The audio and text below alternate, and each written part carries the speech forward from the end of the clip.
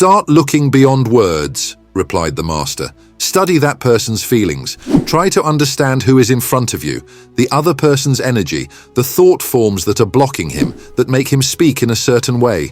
Learn to read the aura of the person in front of you. Do not believe what they tell you, not because their words are all in bad faith, but because the content of the words varies depending on who you have before you, and therefore it is better to go straight to the source, that is, to their soul. What do you mean? Asked Eleanna. If someone says, "I love you" to you, instead of listening to his words, you observe who he really is, his energy, which may be full of blockages and black thought forms that surround him and take away his life force. Thought forms? Interjected Eleanna, biting her lip for interrupting. Traumas.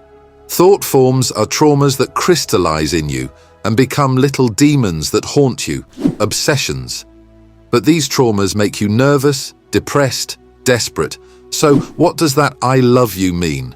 I love you because I see you as an anchor to cling to in order to stay afloat in the little hell of tired emotions that devour me.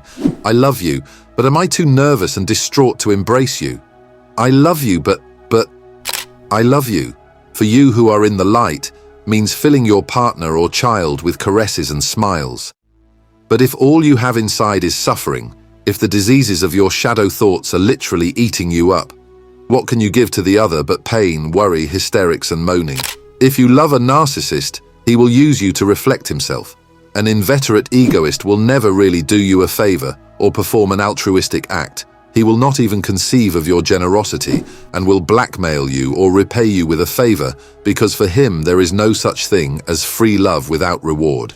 And a depressed person will interpret your love as sinking into his or her depression at the same time that you look at him with pity when you are trying to be close to him with compassion, without judging him, knowing that his soul only needs to rest in order to grow. So don't choose partners who are prisoners of a drug, a vice, an addiction, a temperament. Learn to distinguish and see in advance whom you are with. How can someone love you who is stuck in the grip of his own fears, who cannot get out of his own selfishness? Can a cynic love you? Or a depressed person? Shall we look beyond words and go to the essence of people? Loving can only exist in freedom, and freedom is a conquest. I want to make you free, but to become free you must follow me.